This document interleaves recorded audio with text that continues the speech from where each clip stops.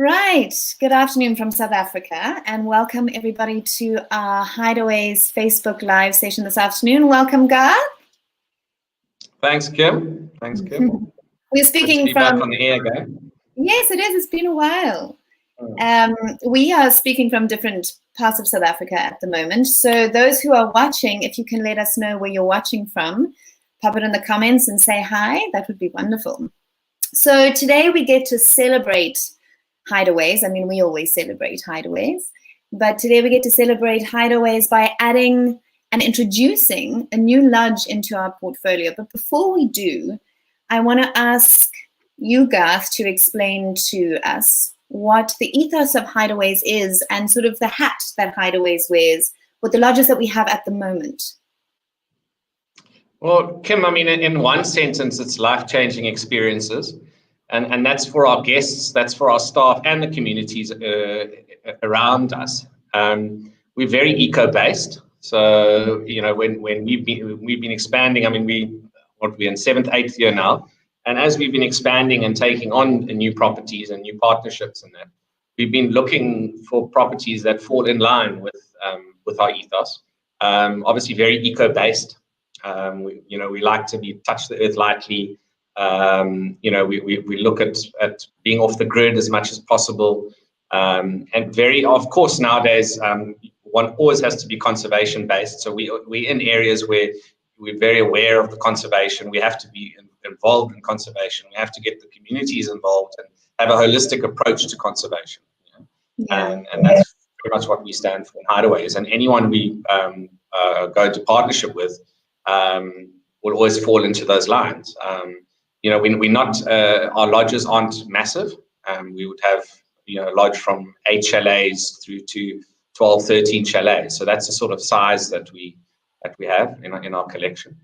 And so Mogotlho is a new meter that we're going to talk to today. Yeah. So it's smaller, exclusive lodges in unique areas that make an impact on either conservational communities or both, which is amazing. Yes, and preferably both. Yeah. So my next question to you is, when you look at another lodge and think about expanding and bringing these lodges into the Hideaways portfolio, what do you look for? Well, it's, from the eco aspect, and we'll come into a partnership if someone reaches out to us and they want to partner with us. And we'll look at the lodge. I mean, obviously, it's a standard nowadays. We don't do single-use plastics. We're very aware of the environment, and we want to partner with like-minded individuals. So it's very much about the relationship, actually, and the partnership. That's very important. And if they're prepared to move in our direction, often we have to do little tweaks. And most of the time we don't. I mean, the new Mogotlho, as you can see now, is phenomenal. It's 100% off the grid. I know Brendan and Rex will talk to that a bit later, but it's up on the Khwai River. I mean, it's an area I know really well from 25 plus years in the safari industry. The wildlife in that area is just next to none. I mean, everything comes down around the river, in the dry season. Rex and Brendan have done a phenomenal job during this time period and during this COVID time period on the lodge. And you can see from the video that we displayed now that it really is a phenomenal position and a phenomenal place. Yeah. Well, I'm really excited to go and visit it as soon as we can.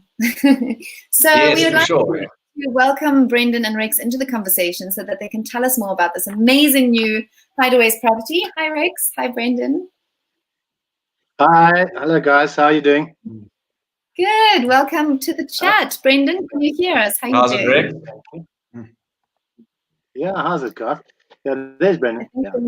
Brendan's a little bit frozen for the moment. So we're very excited to have you with us today, Rex. And of course, you guys are the perfect people to explain the new Mogotlho Lodge as part of the Hideaways properties, which is awesome. So just to introduce you to people before we introduce the lodge. So you were born on the borders of Botswana in Mafeking, where I am actually right now in this very moment. So I'm in your birth town. Yeah. And you've been guiding Awesome. since 1995? Correct, yeah. Yes, Just so you have a around long 25 years in Botswana, yeah. Amazing. So you know the country well. You're very passionate about it, very knowledgeable. And if I'm correct, you did your first trip through Botswana in a beetle to the Okavango Delta. Yes, absolutely. Yeah, thanks very much, Kim and Garth, for the opportunity. Yeah, thanks very much. Yeah, as a kid, my dad was an attorney, and he practiced a lot of law in Botswana, and he had a passion for Botswana that rubbed off onto us, and we actually did a trip when the road from, I think it was Nata onwards was still concrete, and we did it in a VW Beetle with no aircon, and an amazing trip. We got stuck once, I think, outside Island Safari Lodge in the Quicksand. But yes, certainly had a big passion for Botswana all my life, and we're very grateful for the opportunity to partner and to be represented by you guys and to introduce ourselves to everyone out there. Yeah, it's very exciting. Very different type of safari, that Beetle safari you've got there. No, absolutely, yeah. And Brendan, welcome to the screen. I hope you can hear us properly. I know there's a storm building up in Maun from where you're speaking of, so I hope we get to keep you for the conversation. But just to introduce Brendan to everyone, so Brendan, you've been in tourism for 7 years, and a lot of your experience is in building eco-lodges and building community projects into the eco-lodges, which fits in exactly with our Hideaways ethos. So can you tell us a little bit about that? Sure. I think, and that's what I appreciate about Botswana is it's very community driven. And where we are at Mogotlho and where I was previously in a little village called Pandamatenga, we had the perfect opportunity to integrate tourism with the community, which is mutually beneficial, both for the community itself and for the guests, because they're getting to learn a little bit about the culture in Botswana, about the people of Botswana. And I think the safari aspect is focusing more on that these days, and not just your typical safari, but it's more about what life is like in Africa. It's not just about the lions and the leopards and the hyenas, although that certainly is what a lot of people come to see.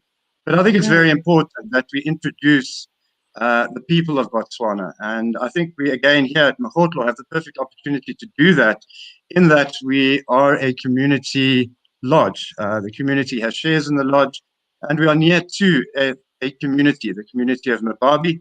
And the community itself is focused on tourism.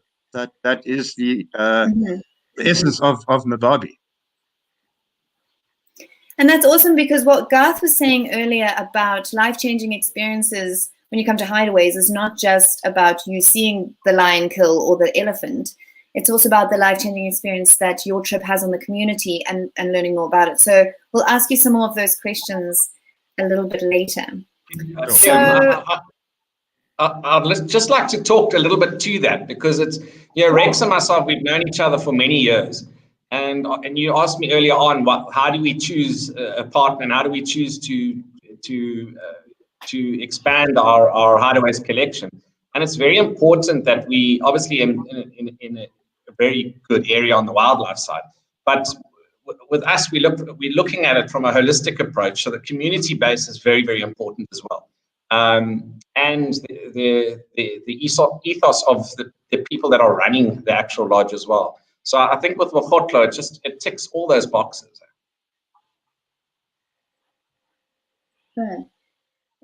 Which we're very excited to hear about Brendan's experience with the community projects, and you can share how you bring that into the client's experience when they're at the lodge as well.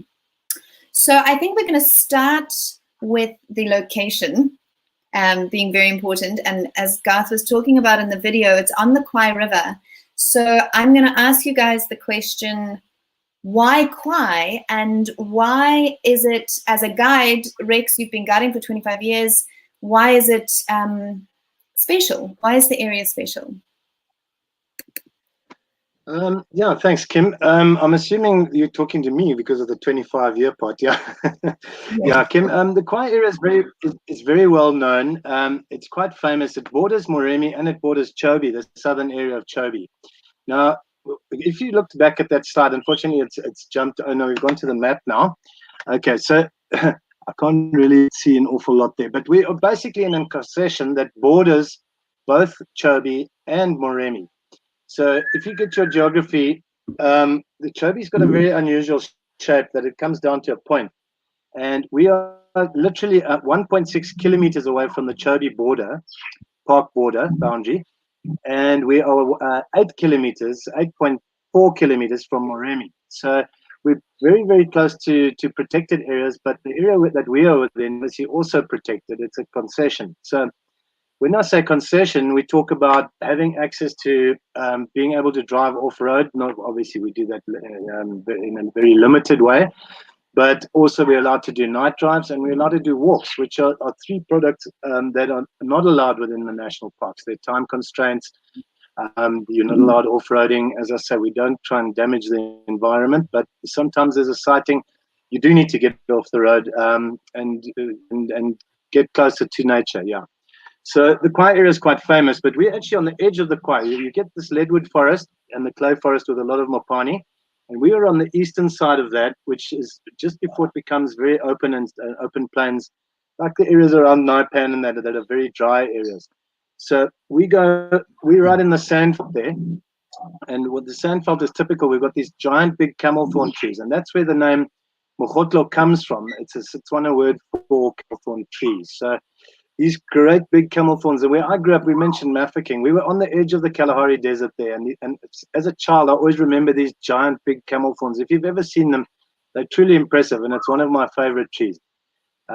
Looking at these slides, just the Khwai River flows directly below us at the camp. So we've got this amazing viewing deck. When you arrive there, you don't know what to expect at the camp.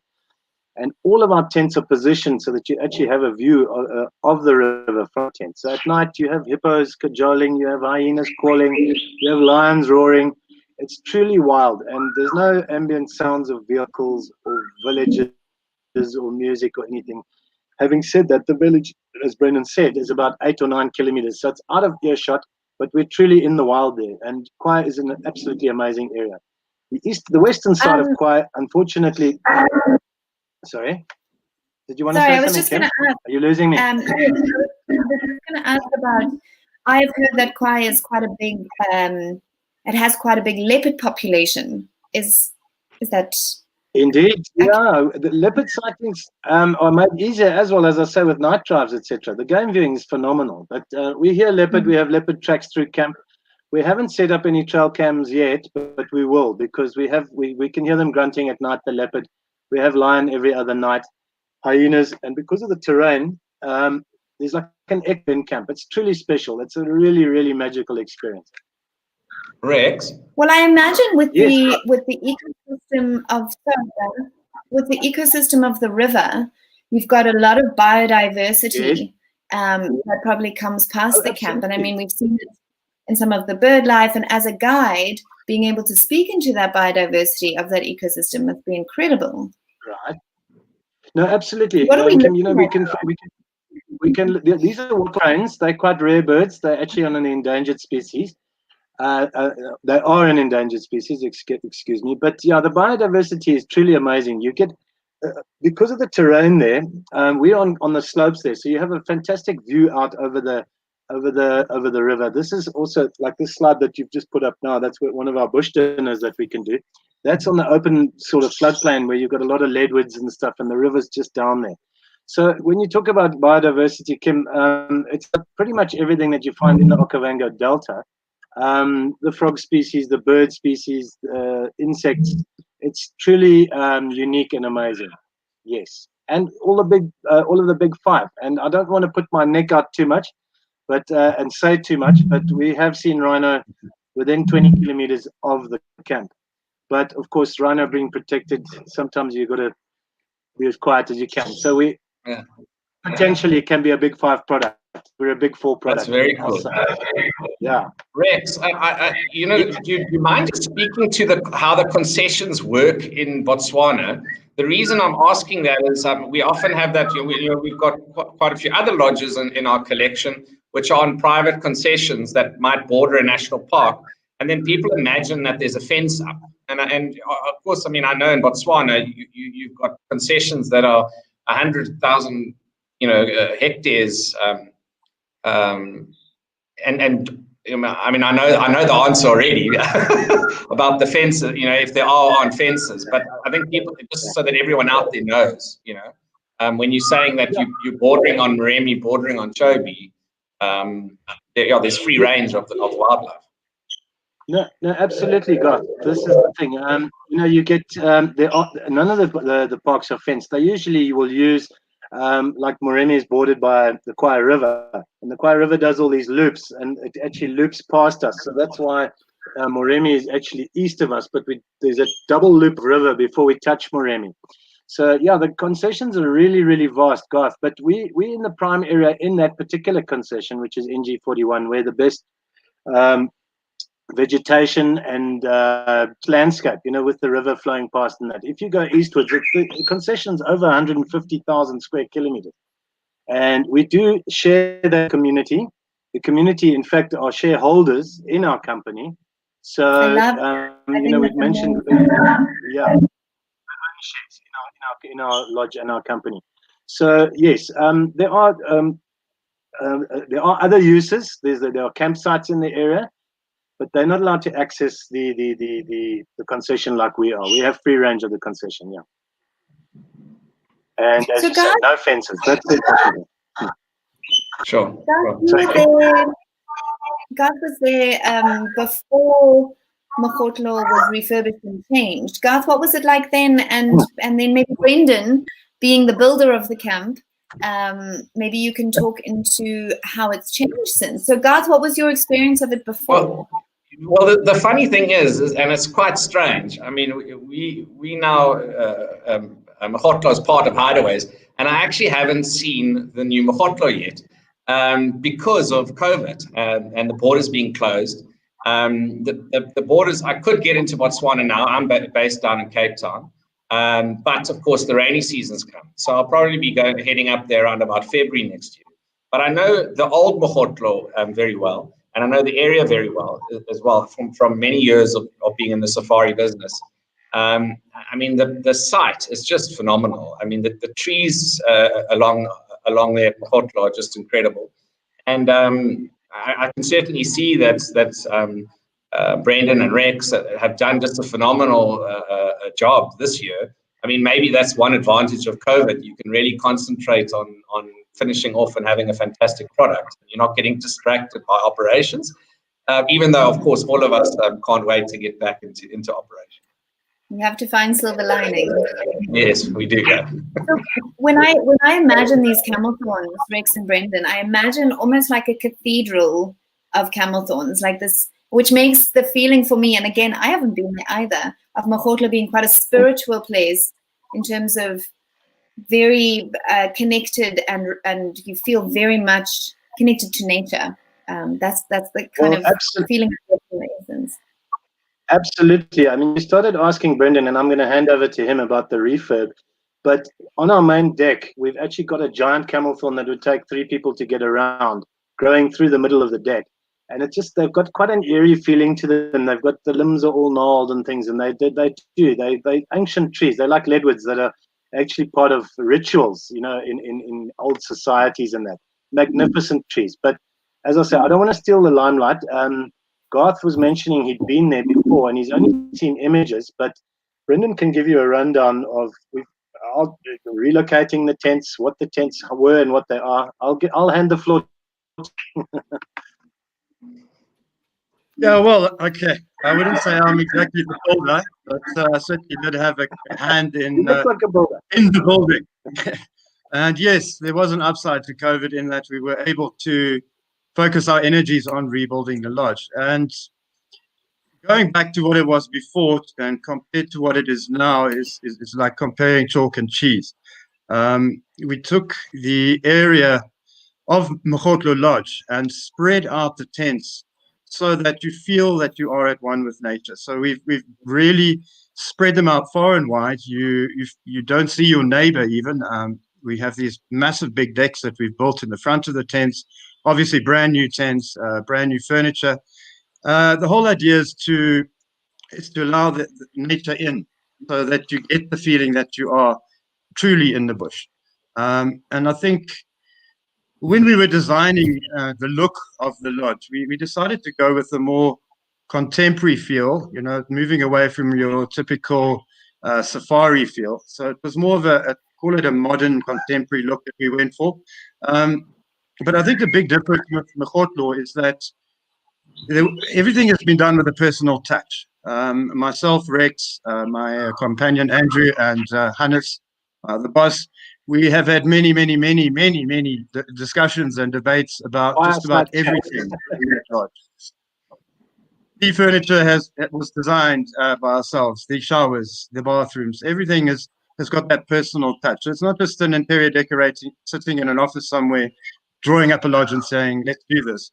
It's taken many months of discussion and debate about getting the lodge into what we feel is a comfortable lodge, one that a person would really feel at home at. Very much an eco lodge. Yes. Sorry.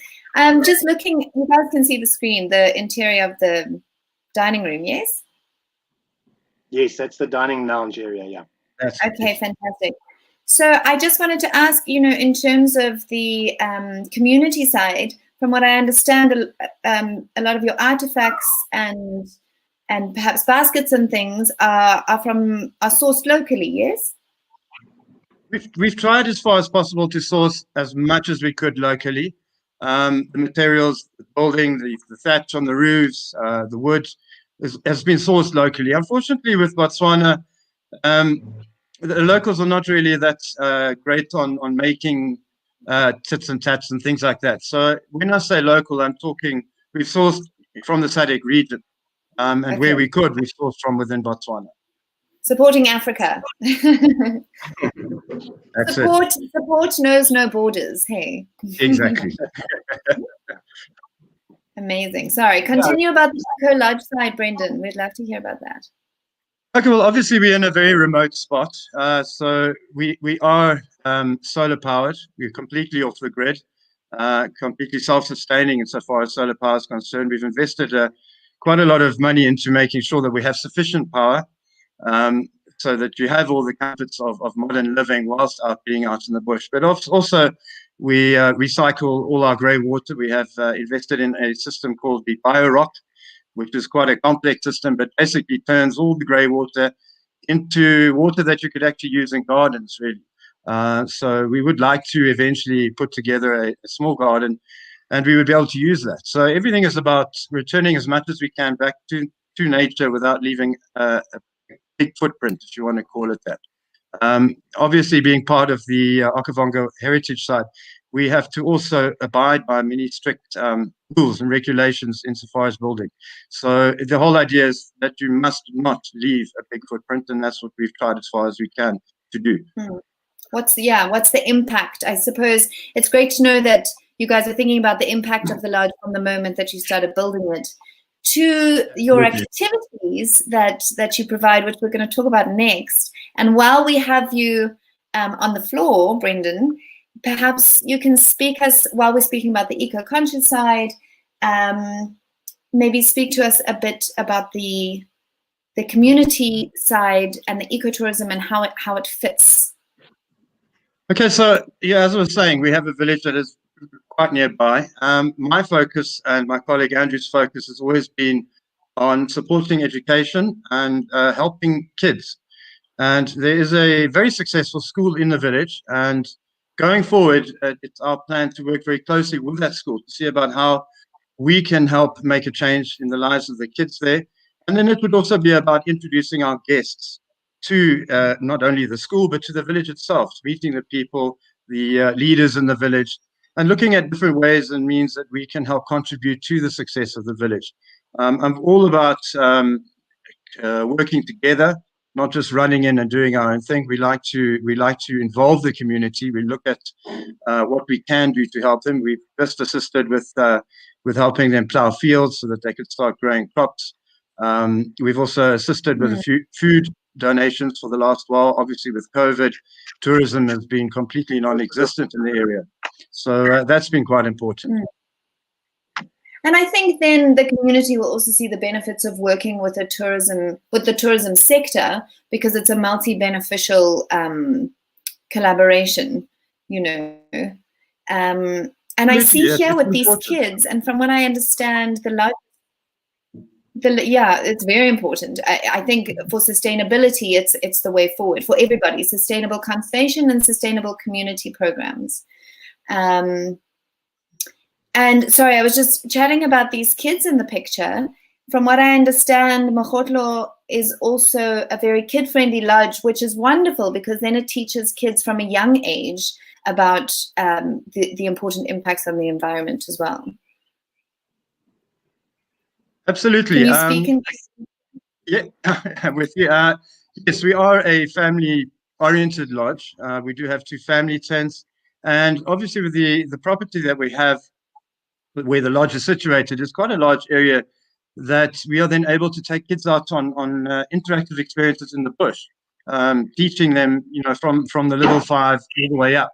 So it's about, again, as you've said, about education and about creating an awareness. I've always believed that you can't teach an old dog new tricks. It's much easier to create awareness with a child and start from young. Yeah, I agree with you. So, Yeah, Rex, it's funny. sorry, Yes, Kim. No, I was just going to say there was a picture of two little monkeys there talking to a guide, and the one little monkey just came in the room and opened the cupboards behind me. Oh, one of the monkeys that was in the picture, my daughter. wants to be involved. We do encourage having kids there. Kids love it. The swimming pool, as you saw, obviously winters in Botswana are properly cold, so I don't think the swimming pool will be a great hit. But from September right through till May, June, the swimming pool will be used, and the kids can entertain themselves there. We've got a small library there. If we have infants, we can assist. When we have toddlers, we can assist with housekeepers. We can arrange housekeeping from the village to look after kids if they become too niggly on game drives. You know, we try and encourage. There's nobody really that we discourage from coming from old to young. You know, even the tents are designed. We don't have steps. We have walkways. Saying that we're a wheelchair-friendly camp, but it's too sandy there at the moment. But you know, we everything has got a walkway, and it is possible for easy access to the tents. Yeah. Well, so you were going to ask him. As you say, from kids to the older people, and you can have multi-generational travel and family travel. And I think now experiencing 2020 and potentially not being able to get to certain members of the family travel is going to be a wonderful thing. So for everybody to be able to go away together to one spot is incredible. Rex, I'm going to ask you to speak into the game drives and the bushwalks a little bit from your guiding experience and your love of Botswana.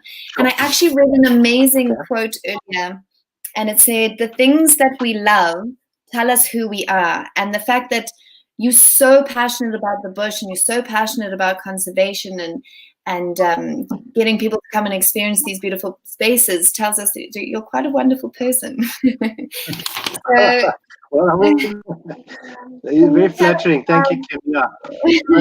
But the area is truly special. You know, when somewhere takes your breath away, like when you arrive at the coast or at the mountains or wherever you go, it's truly an amazing place. And as I say, lying in your tent at night, you hear hyenas whooping. It's truly wild. And then with the game drives, you know, being able to have an access to your own area, which is a big 4 area / big 5, it's not only scenery, but you have amazing opportunities to see cats.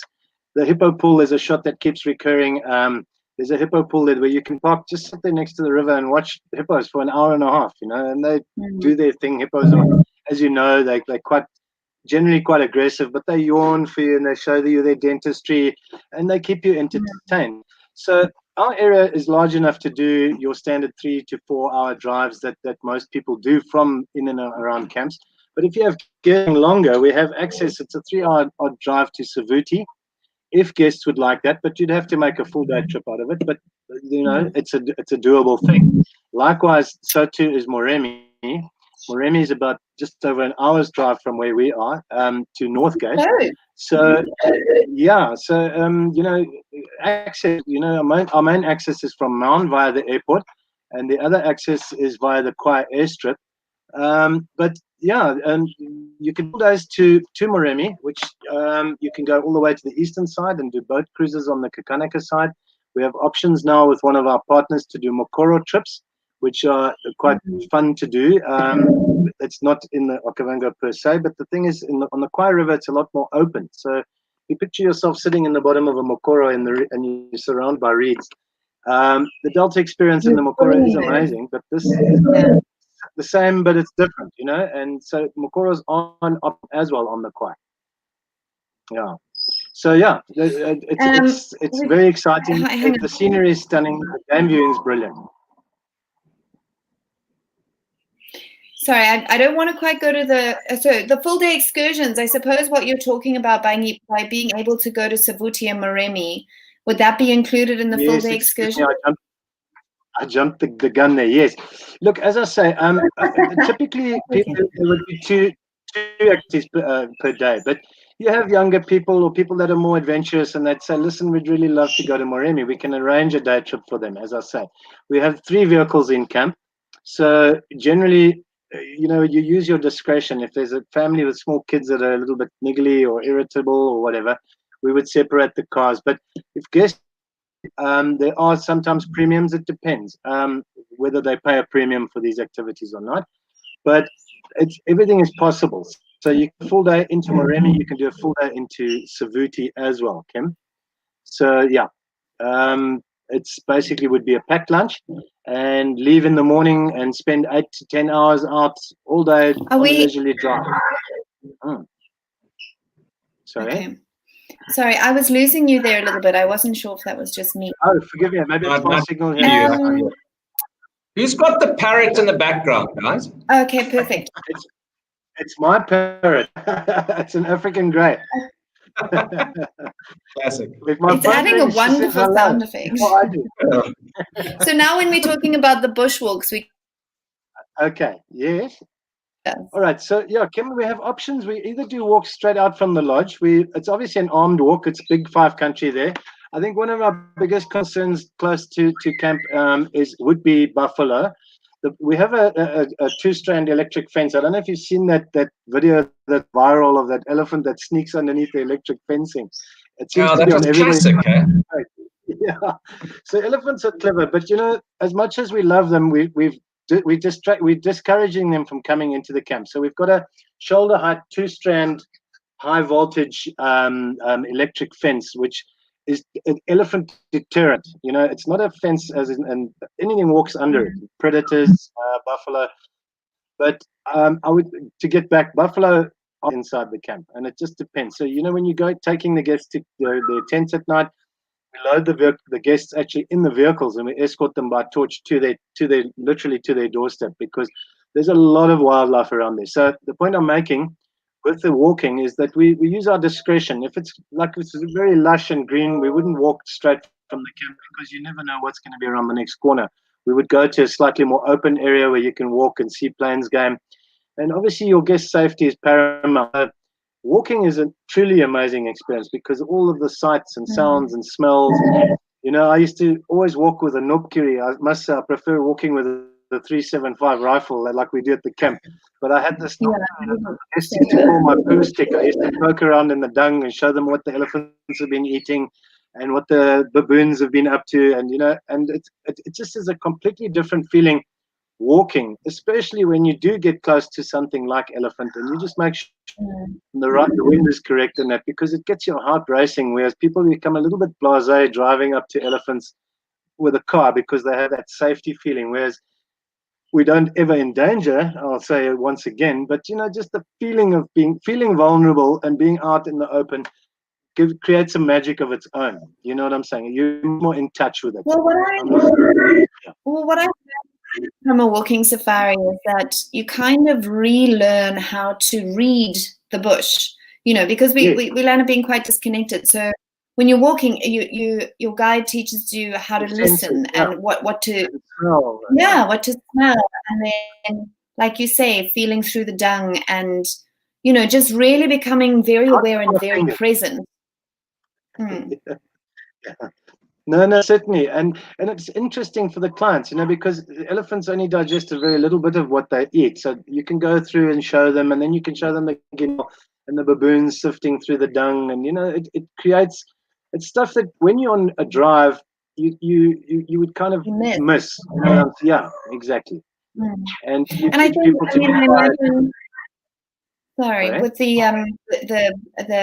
biodiverse ecosystem that surrounds the lodge, the walks must be really fascinating.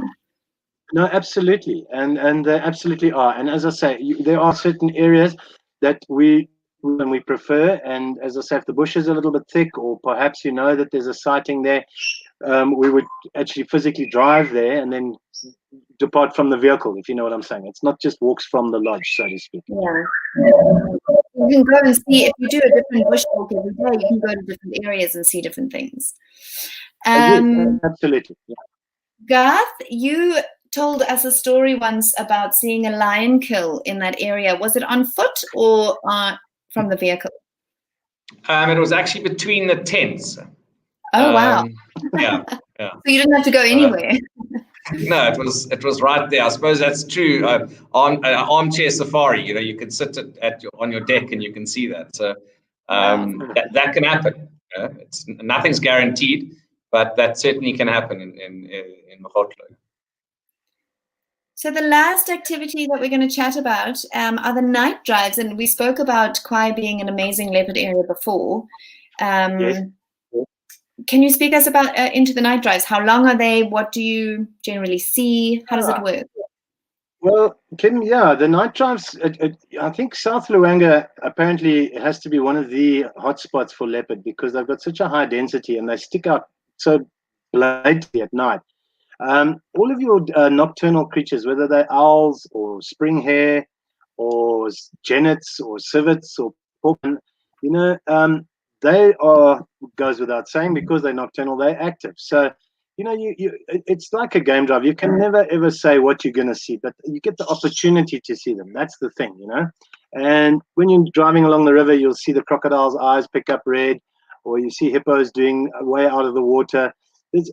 We don't generally do as long activities on the night drive as we do because we do it after dinner, you know. So the guests get tired, and so it would be, say dinner finishes at 8:30. It's normally an hour and a half to 2 hours, but sometimes awfully productive. You know, you could see we've got 9 owl species that occur in the area, and you could see 3 or 4 of them in one night, you know, which is amazing. And you hear lots of owls there. It's always a good, you talked about biodiversity, a good bioindicator of frogs and owls. If you have a healthy population of those, you should, in theory, have a healthy ecosystem, you know. Exactly. So, yeah, and it's a different feeling being out there, you know, and the guides, they don't even need to go far. Predators are always a plus, but spring hare, we have heaps and heaps of them. And yeah, as I say, you pick up eyes across the river and the guests get all excited. Binos, it's often impala. We've got lots of impala, waterbuck, you know, resident plains game that are common and around most lodges. But often you treat it special, you know? Yeah, sorry.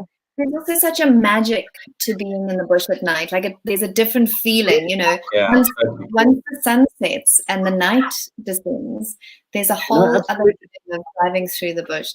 It's really magical. You really feel it on a night drive that anything could happen at any time. You know, I mean, I remember one. I mean, you always see the small stuff and unique wildlife that you certainly won't see during the daytime, but I remember one night drive, and my brother and myself were sitting on the back of the game drive vehicle having 1 or 2 beers, and we seriously didn't see much. I think we even made a joke or two about it. We were in the low Zambezi, and just before we got back to camp, in the lights of the game drive vehicle, a leopard jumped on an impala, and we had this kill right in front of us. So from it being like a very plain sort of night drive to being a phenomenal experience that I'll remember for the rest of my life. Absolutely. Yeah, I just wanted to show this one picture of the stars. Yes, yeah, we also have amazing stars. Obviously, winter time is the best time. when it's not too windy. We have amazing stars. And of course, the stars, I've actually done safaris before. We've had a specialist stargazer and what have you, and with his giant telescope. This thing was so fancy, it followed the constellation that he would set it on and everything. But unfortunately, I'll be dead honest, between all the Betelgeuses and the Centauriuses and that, I'm no expert, but we could pick out the basics. But the guides are on refresher courses constantly, and stars are one of the most important things. Not just the Southern Cross and the Orion and those things. So it's a constant upgrade and update. Because you get a little rusty, as God says, a bit of armchair guiding that happens when you're not fully in the bush time. But I think, Rex, for most people, you don't get to see these type of stars from year to year to year. So whether you know which constellation or not, you can just literally sit and stare and be in absolute awe. In amazement. No, you're absolutely right. Don't let me run down the night drive just because my knowledge is not good of stars. They've actually got apps and things for that nowadays. Things have changed in the modern day. You've actually got star apps that you can identify stars from. Yeah. So we're slowly starting to get towards the end of our chat, and we had an earlier question from someone in the online audience, in the virtual audience. They would like to know the main difference between Mogotlho, Camp Kazuma, and Nantwich. So maybe Garth, you can speak into those other camps a little bit, and then which may highlight the difference with Mogotlho and why you should go to all of them. Okay. Well, Richard, firstly, the lodge is called Nantwich. There's an N missing, and that's in the north of Wangi. But that one thing, we've obviously got certain standards about life-changing experiences at every single one of our properties.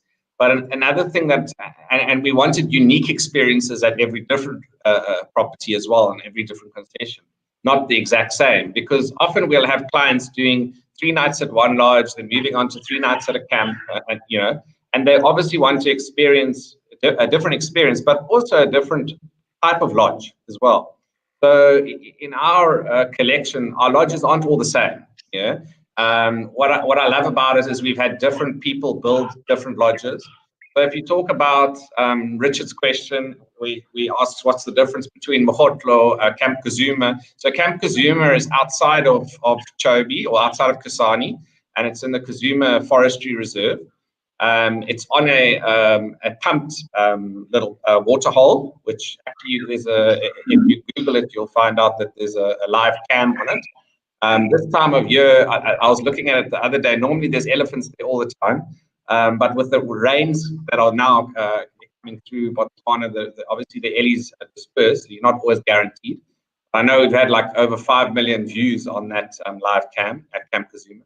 Camp Kazuma is a bit smaller than Mogotlho. It's got 7 tents. But also eco, totally off grid as well. Then Nantwich is an interesting lodge. It's actually a brick and thatch lodge, and we renovated the lodge. So there it was an old parks lodge with a lot of history behind the lodge as well. A real character who used to have it at the turn of the century, and there we have 9 rooms on the lodge there, and it's also different to the lodges that we have in Botswana with Mogotlho and with Camp Kazuma, where it's very hilly in the northern part of Wangi. So you've got the hills and views, so that's quite a different experience. But we've got, and you can see if you go to our Hideaways website, we have packages that include our different lodges. So it will include Mogotlho, Camp Kazuma, Nantwich, and then sort of Vic Falls as well. Yeah. So I think for a lot of people, they kind of think, if you've got to going to different lodges, why are you going to so many different lodges? You're kind of going to see the same thing and experience the same thing.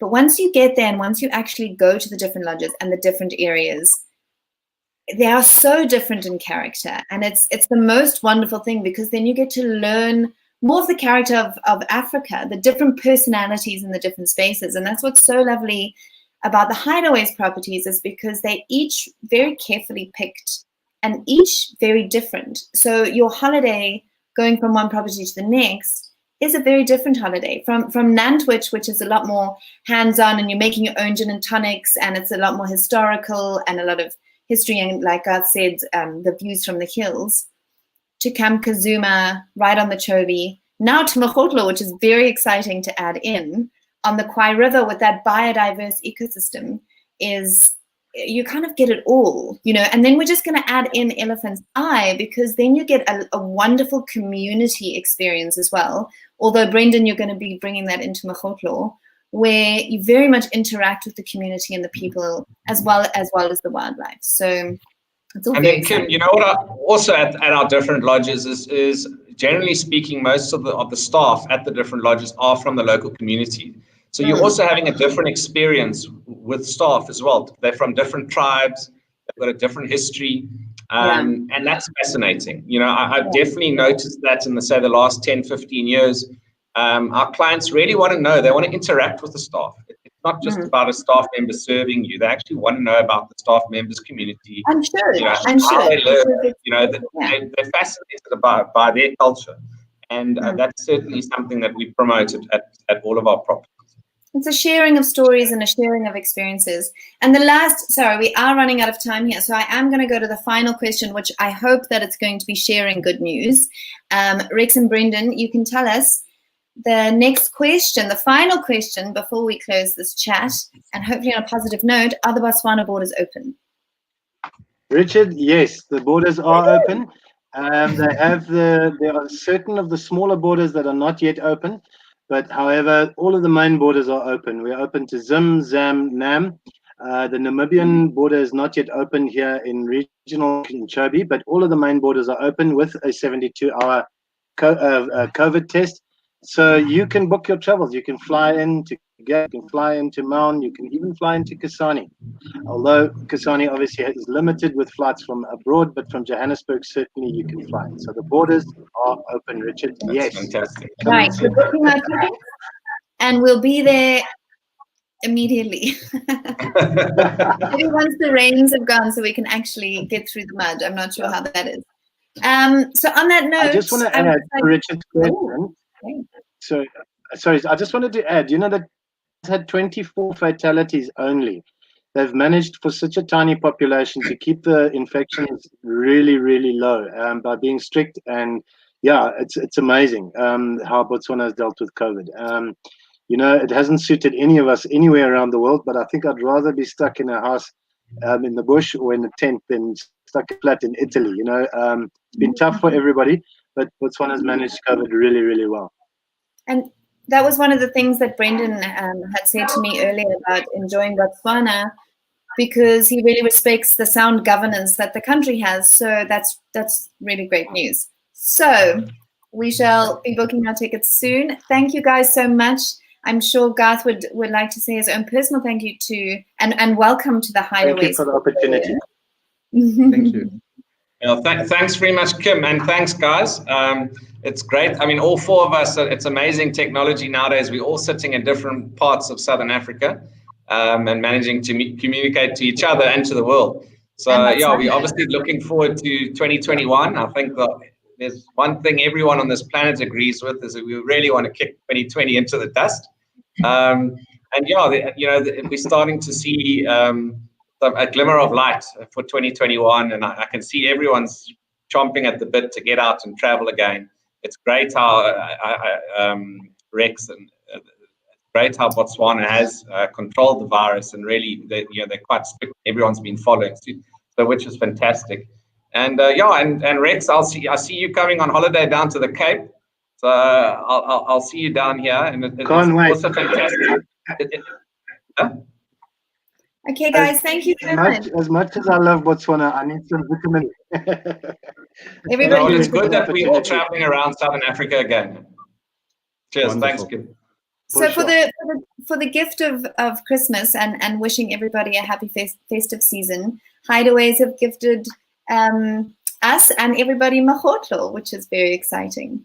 So happy festive season. Thanks, guys, and we'll chat to you soon. Cool. Thank you. Thanks, guys. Thanks a lot. Cheers, Thank you, everyone. Kim. Bye. Thank you.